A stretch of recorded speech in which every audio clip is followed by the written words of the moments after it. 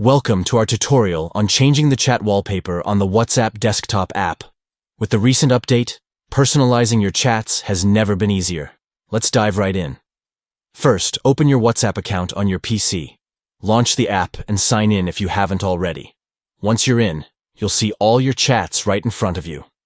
Next, look for the gear icon, typically found in the top right corner of the screen. Clicking on this will take you to the settings menu where you can customize various aspects of your WhatsApp experience. Now, find and select the personalization option. This section is all about making your chats feel more like your own. Here, you'll find various options to personalize your messaging experience. Finally, it's time to choose the wallpaper you want. You'll see a selection of wallpapers available, or you have the option to upload your own image if you prefer something personal. Browse through the gallery and pick the one that catches your eye. Once you've made your selection, simply click on it, and voila! Your chat wallpaper is now changed. That's it.